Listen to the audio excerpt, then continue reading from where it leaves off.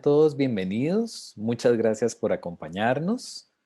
Hoy vamos a tener una presentación relacionada con este curso internacional de puericultura desde diferentes aristas, un curso interdisciplinario.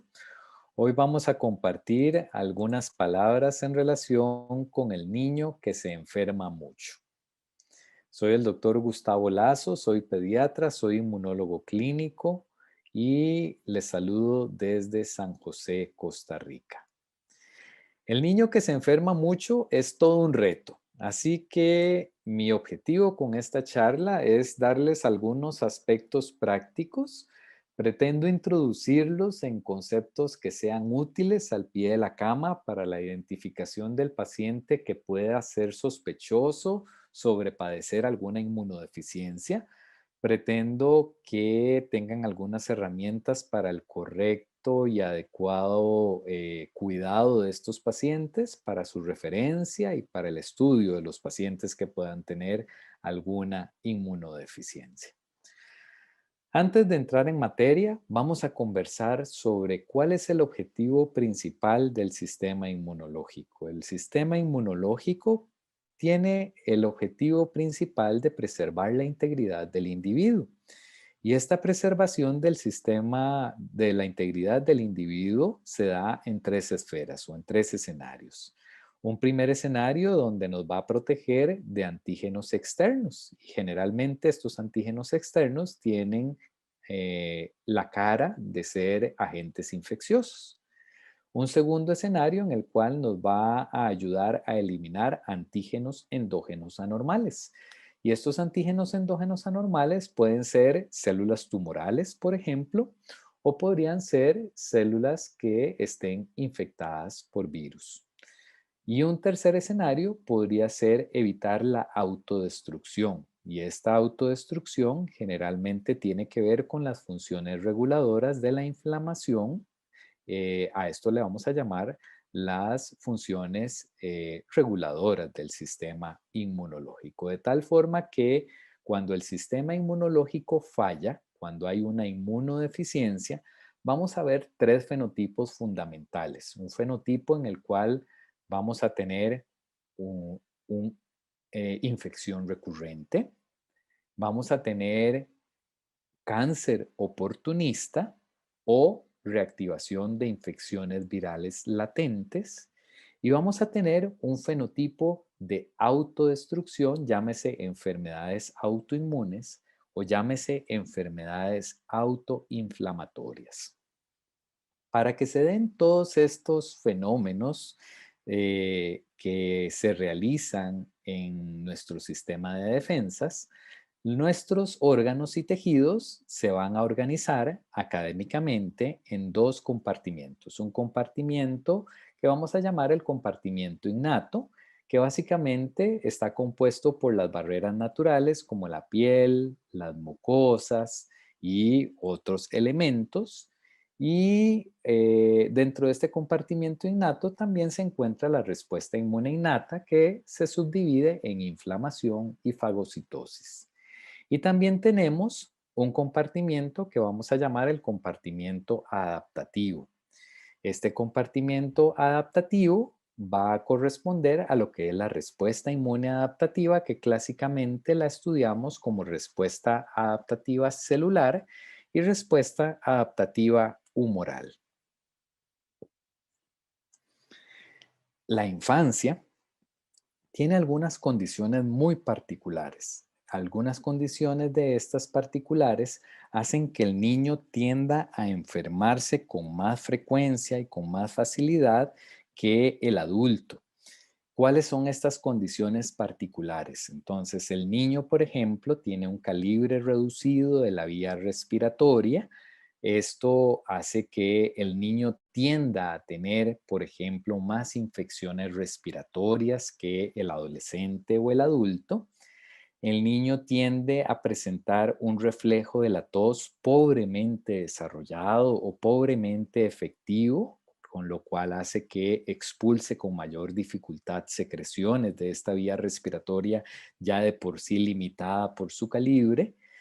Además, tiene cierta inmadurez de su sistema inmunológico y esta cierta inmadurez del sistema inmunológico hace que este sistema inmunológico que está en constante crecimiento y desarrollo sea altamente influenciable y al ser influenciable, pues hay un enorme papel ambiental sobre diferentes componentes del sistema inmunológico.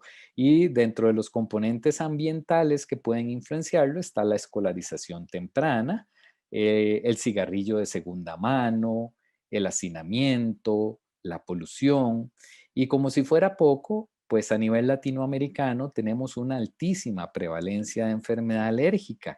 Se estima que en América Latina la prevalencia de enfermedad alérgica ronda entre un 30 y un 50% de la población pediátrica normal, esto en los niños en edad escolar. ¿Por qué decimos que el sistema inmune está un poco inmaduro o está en entrenamiento? Bueno, lo decimos por varias razones. Porque los epitelios del niño necesitan maduración en todo su espesor y esos epitelios requieren de diferentes componentes para esa maduración. Requieren componentes que vienen de la dieta, requieren oligoelementos, requieren algunos nutrientes, requieren de la interacción con vitaminas, requieren de la interacción con algunos componentes microbiológicos que tienen que ver, por ejemplo, con lo que hemos llamado microbiota intestinal y además también requieren de la interacción con el medio. Estos epitelios van a irse desarrollando a lo largo del tiempo y esos son muy importantes para lo que es todo lo que es protección innata. También tenemos un timo que está sumamente hiperplásico. Vean ustedes en esta radiografía de tórax. Este timo se encarga de lo que es la inmunidad T dependiente. Le enseña a las células T a interactuar con los antígenos específicos para los cuales tienen receptores altamente especializados. Y le dice a esas células T, desarróllese, diferénciese y relaciónese con las células B para que produzcan anticuerpos especiales para ese antígeno en particular. Este sistema está altamente desarrollado desde el momento en que nacemos y este sistema se va a ir especializando a lo largo de toda nuestra vida y es altamente influenciable con vacunas desde el primer momento en que nacemos. El sistema T independiente, que es un sistema que produce anticuerpos sin la acción de la célula T, es un sistema sumamente inmaduro que toma alrededor de 2 años en desarrollarse, de tal forma que en los primeros 2 años de vida no está maduro, no tiene una actividad tan eficiente. La producción de inmunoglobulinas realmente en el primer año de vida es una producción muy deficiente y es por esto que necesitamos del aporte de inmunoglobulinas de la leche materna y el aporte de inmunoglobulinas del último trimestre del embarazo. La alergia, les decía que la prevalencia de alergia en los primeros años de vida es una prevalencia de alergia altísima, sobre todo en Latinoamérica. Se habla de un 30 o un 50% de prevalencia de enfermedad alérgica en Latinoamérica.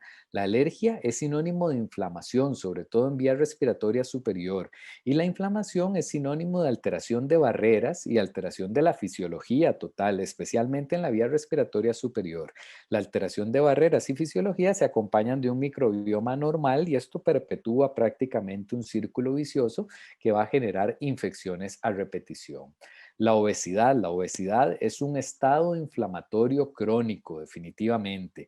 Los pacientes obesos tienden a tener una mayor respuesta al daño tisular. De hecho, se ha demostrado una menor capacidad fagocítica en los pacientes obesos y una mayor incidencia de disregulación inmune. Las infecciones y la malnutrición. Qué importante el estado nutricional.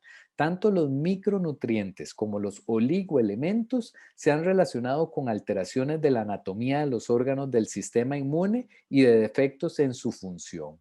Y muchos de estos efectos no revierten completamente aunque se restablezca el equilibrio nutricional. Vean ustedes qué importante. Aunque nosotros recuperemos el equilibrio nutricional, la función inmune no se logra restablecer al 100%. De hecho, esta causa, la malnutrición, es la segunda causa de inmunodeficiencia en el mundo y se encuentra tallada muy profundamente en las mentes de algunos de nuestros padres y abuelos. La malnutrición fue un problema seriosísimo en Latinoamérica y de hecho, Muchos de nuestros padres y abuelos quieren dar megadosis de productos nutricionales para solventar problemas de infección recurrente y algunos de nuestros niños hoy por hoy se intoxican con megadosis de vitaminas para tratar infecciones a repetición y generalmente las megadosis de vitaminas no son la solución a todos los casos de infección recurrente.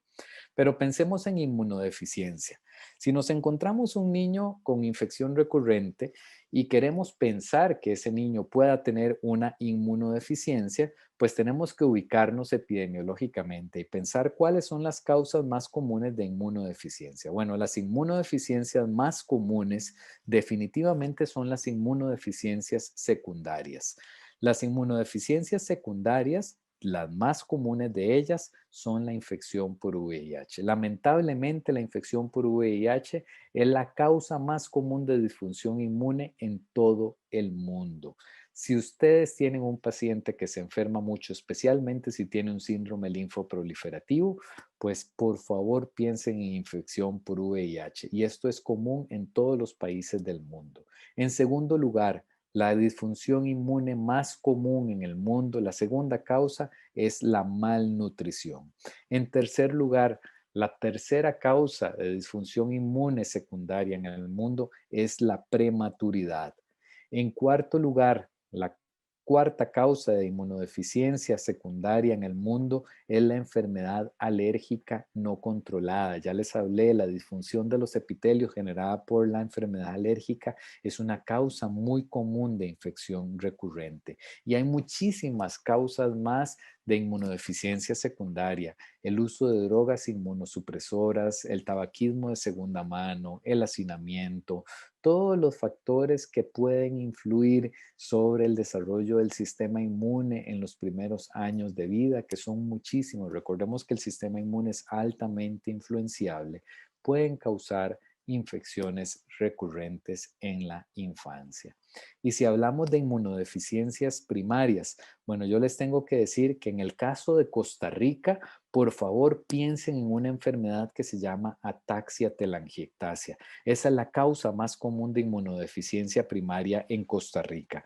En otros países, pues los defectos de anticuerpos suelen ser la causa más común de inmunodeficiencia primaria. Los defectos de anticuerpos generalmente llamamos a la deficiencia de IgA y los defectos de inmunoglobulina G y posteriormente otras inmunodeficiencias que son menos frecuentes, especialmente hablando de las inmunodeficiencias severas combinadas. ¿Por qué yo me enfoco en las inmunodeficiencias secundarias más comunes por encima de las inmunodeficiencias primarias? Las inmunodeficiencias primarias, sobre todo las inmunodeficiencias primarias clásicas, tienen patrones de herencia que generalmente, no todas, pero generalmente, sobre todo las clásicas, tienen un patrón de herencia mendeliana y tienen incidencias en población general que suelen ser de 1 en 100,000 nacidos vivos. Y si tomamos cohortes de nacimiento, como en el caso de Costa Rica, de 1 en 60,000 o de 60,000 nacimientos por año, pues vamos a tener incidencias de 1 cada 2 años aproximadamente, vamos a tener un diagnóstico de una inmunodeficiencia primaria.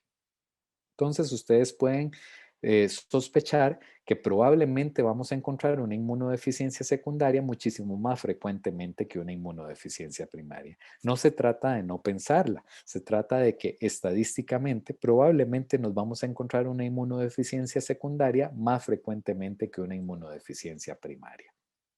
¿Cómo caracterizar el paciente que amerita un estudio por inmunodeficiencia? Bueno, los pacientes con inmunodeficiencia, ya sea primaria o secundaria, generalmente tienen un síndrome nutricional, llámese falla para progresar, desnutrición proteico-calórica, retraso en el crecimiento pondoestatural. Generalmente son pacientes que no crecen bien. Generalmente son pacientes que tienen un síndrome neurológico. Si estamos en Costa Rica, la ataxia telangiectasia tiene un síndrome neurológico clarísimo. Si no estamos en Costa Rica, pues si un paciente, especialmente un niño pequeño, no crece bien, pues tampoco tiene un crecimiento, un desarrollo psicomotor normal. Así que todos tienen un síndrome neurológico en mayor o menor medida.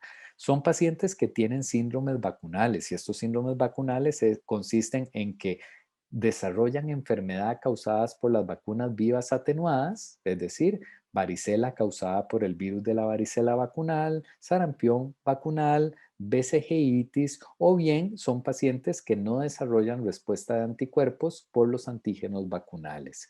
Son pacientes que hacen síndromes hematológicos, citopenias, sobre todo neutropenia, linfopenia. Mucha atención con la linfopenia, es muy importante especialmente en el caso de las inmunodeficiencias severas combinadas. Entonces, en el recién nacido, pónganle mucha atención al conteo absoluto de linfocitos.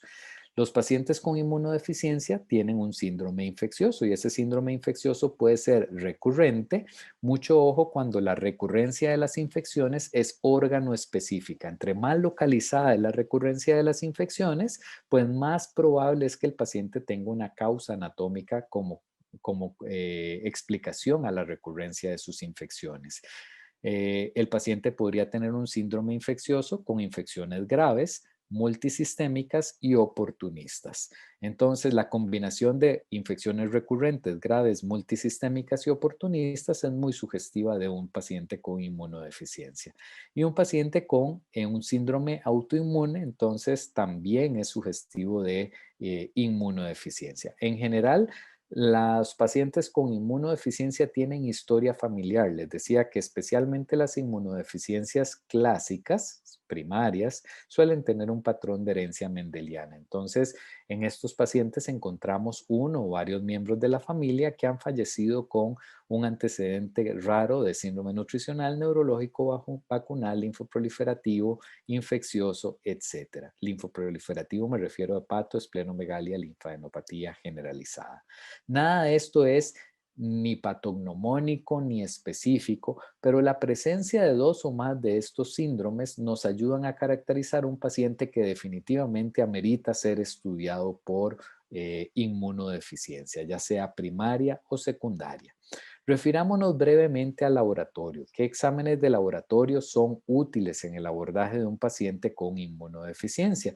Bueno, generalmente son exámenes de laboratorio que son muy simples. Cuando nos enfrentamos a un paciente con sospecha de inmunodeficiencia, tenemos que ponerle cuidado a las citopenias. Entonces, mucho ojo con los conteos celulares anormales. Entonces, me refiero a los linfocitos, me refiero a los neutrófilos. Entonces, la combinación de diferentes citopenias deben encendernos las luces de alerta. Si vamos a cuantificar algo en la bioquímica, pues a nosotros nos interesan mucho las proteínas totales y fraccionadas. La fracción de globulinas bajas, pues nos hace pensar que probablemente las inmunoglobulinas estén bajas, sobre todo en el paciente mayor de un año, porque en el menor de un año, pues ya sabemos que las globulinas no son un parámetro predictor de inmunoglobulinas, dado que antes del año la producción endógena de inmunoglobulinas es bastante tímida. No hay que tener vergüenza. El VIH es una prueba mandatoria en todo paciente con sospecha de inmunodeficiencia. Entonces, llevamos un hemograma y una prueba de VIH. Ojalá un ELISA de cuarta generación. Las inmunoglobulinas séricas, hay que saberlas interpretar. Las inmunoglobulinas son extraordinariamente variables en la infancia. Eso quiere decir que las tablas de inmunoglobulinas deben ser tan variables como los niveles, de tal forma que hay tablas para niños de 0 a 3 meses, de 0 a 6 meses, de 6 a 12 meses, de 12 meses a 24 y así sucesivamente, de tal forma que busquemos tablas adecuadas para interpretar los valores correctamente. Mucho ojo con la inmunoglobulina A. Los inmunólogos recibimos muchísimas referencias de deficiencia selectiva de IgA y los criterios diagnósticos de esta patología, la deficiencia selectiva de IgA, establecen que no existe deficiencia selectiva de IgA en ningún niño menor de 4 años.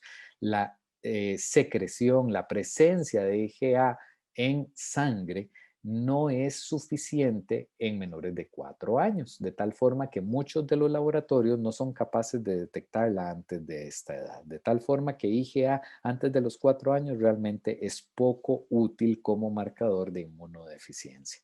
Los marcadores de alergia, bueno, yo les quiero recordar que no todas las alergias son dependientes de IgE. Hay muchas alergias, especialmente alergias alimentarias, que no dependen de IgE.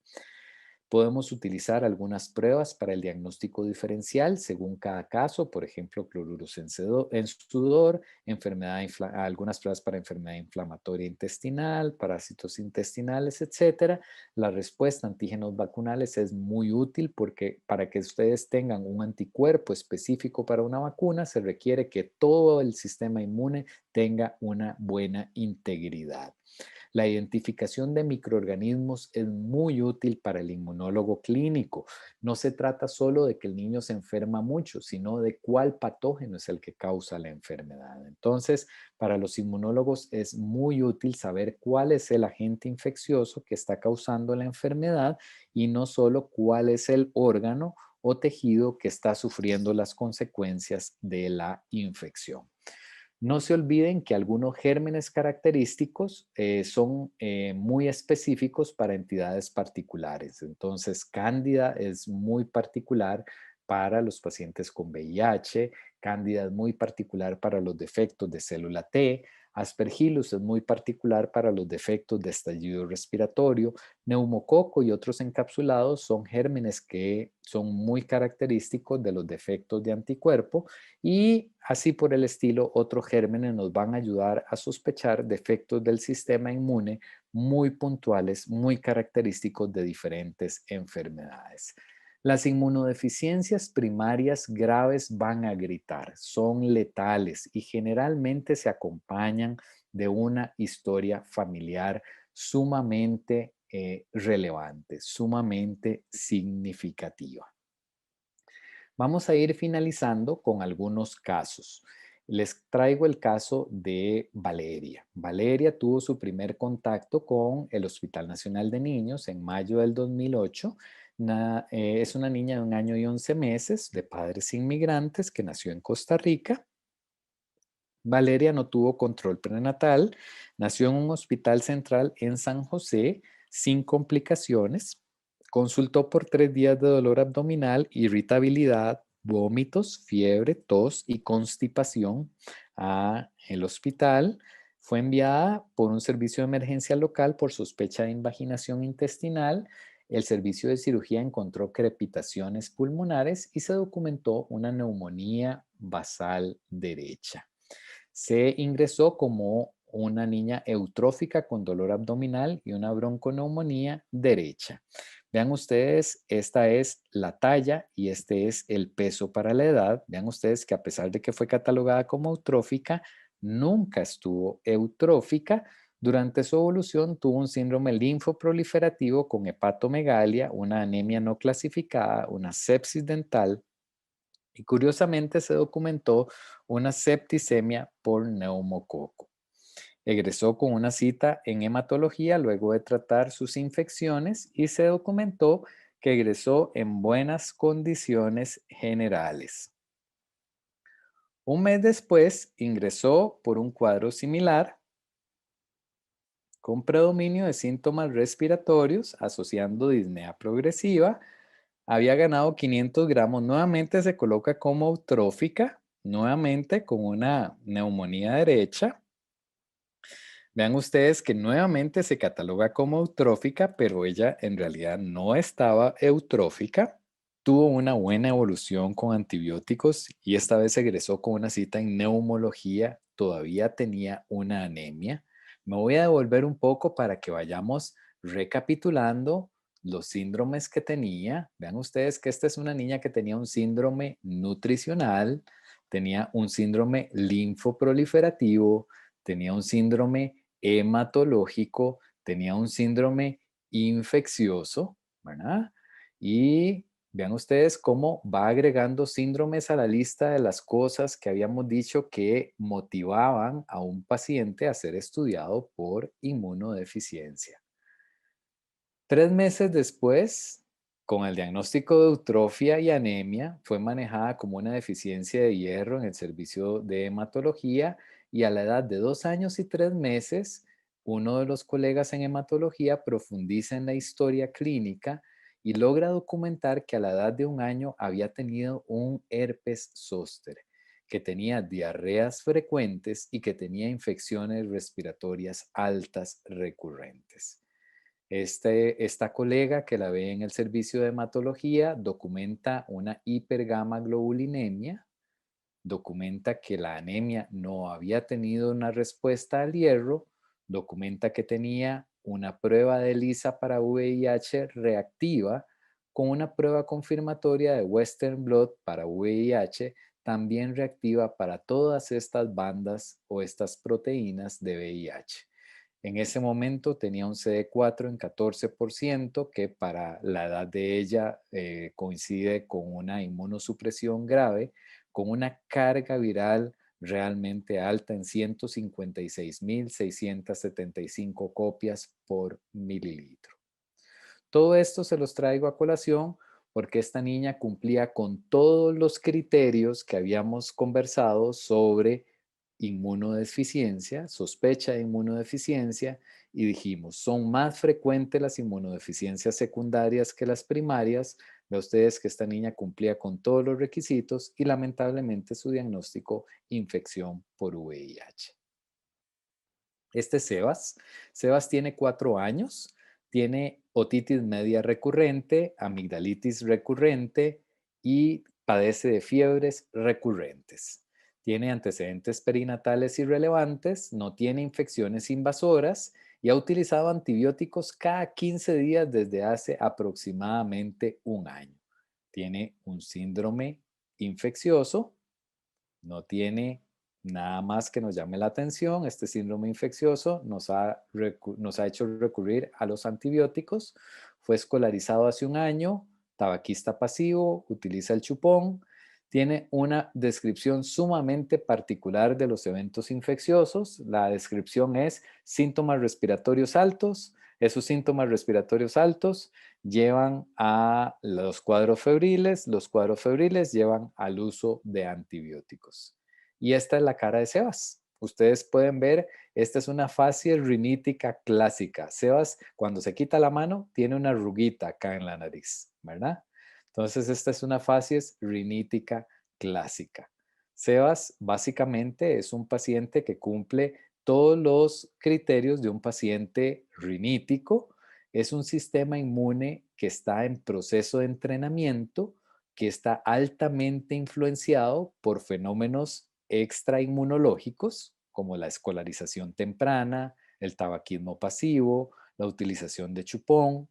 Sebas tiene una historia clásica de alergia, la descripción particular que nos da de sus procesos infecciosos es de un cuadro más rinítico que otra cosa. Y vean ustedes la inspección, el examen físico tan claro que nos da Sebastián. Vean que no necesitamos exámenes de laboratorio complicados con él para hacer un diagnóstico. Fer tiene 6 años, tiene abscesos recurrentes en piel con múltiples ciclos de antibióticos, sin antecedentes familiares ni personales de importancia. Y este es Fer. Fer tiene estas lesiones en piel. Vean ustedes que son lesiones eritematosas, descamativas, con lesiones que son clásicamente en las superficies flexoras, ¿verdad? Y Fer básicamente lo que tiene es una dermatitis atópica que no ha recibido un tratamiento adecuado. Tiene un laboratorio básico que fue normal. Con Fer se hicieron intervenciones ambientales y farmacológicas básicas muy efectivas, como el uso de emolientes. Se le dieron ciclos cortos de esteroides tópicos que modificaron grandemente sus desenlaces y desaparecieron las infecciones. Interesante, en los pacientes con enfermedades alérgicas, las medidas de control ambiental, la farmacoterapia, no siempre está indicada la inmunoterapia. La inmunoterapia está indicada sobre todo en aquellos procesos que son mediados por IgE y en aquellos procesos en los cuales ha fallado la farmacoterapia convencional o en aquellos que han fallado a el tratamiento usual o en los cuales no se desea utilizar un tratamiento convencional. La educación a los padres es muy importante. Aquí la inmunoterapia subcutánea está indicada, les decía, en aquellos en donde ha fallado la farmacoterapia convencional, en quienes los antihistamínicos y la farmacoterapia intranasal controlan insuficientemente los síntomas, aquellos que no quieren farmacoterapia o en donde los efectos indeseables son muy significativos, o no se desea farmacoterapia a largo plazo. Por último, John Jairo. John Jairo es un paciente que viene con historia de infecciones sinopulmonares recurrentes, pero quiero que vean los ojos de John Jairo. John Jairo tiene, esto no es inyección conjuntival, John Jairo tiene telangiectasias oculares. Vean estos ojos, no quiero que se les olviden estos ojos. Y John Jairo, cuando ustedes lo colocan en la camilla, tiene una posición muy particular y tiene un titubeo truncal. Este titubeo truncal y se acompaña de una marcha atáxica. John Jairo tiene una ataxia telangiectasia, que es un paciente que se asocia con linfopenia, alto riesgo de cáncer. Generalmente tienen algunos de ellos defectos en la producción de anticuerpos y esta es la inmunodeficiencia primaria más común en Costa Rica. Muy importante, en el control prenatal, por lo menos en nuestros países, deberíamos incluir siempre una prueba de tamizaje para VIH. Si no se incluyó la prueba durante el control prenatal, es muy importante incluir este tamizaje en la maternidad. Si no hay control prenatal o no se incluyó el tamizaje para VIH durante el control prenatal. Si no se logró incluir en la mujer durante su estancia en la maternidad, idealmente deberíamos tamizar al neonato y pongámosle atención a los problemas sugestivos de inmunodeficiencia, los síndromes nutricionales, infeccioso, hematológico, linfoproliferativo, etcétera, así como yo se los comentaba en las diapositivas previas. No olvide que las causas secundarias son muy frecuentes y suelen ser de fácil diagnóstico y de fácil tratamiento. No tema revisar constantemente las actualizaciones en guías de manejo. Ahí puede descubrir muchos secretos. Las guías de manejo de alergia pueden salvar a un paciente de un estudio por inmunodeficiencia. Las alergias generalmente son fáciles de manejar si seguimos las guías adecuadas. El paciente que se enferma mucho necesita un médico tratante que se interese por él y que pueda dar un seguimiento a largo plazo y con algunos exámenes muy básicos y que pueda identificar tempranamente la necesidad de referirlo adecuadamente a un servicio especializado. Muchísimas gracias a todos por su atención. Espero haberle dejado algunas perlas clínicas que sean de utilidad para ustedes y quedo a las órdenes de todos ustedes por si en algún momento podemos interactuar para algún comentario, duda o interacción que podamos mantener. Muchísimas gracias a todos y todas.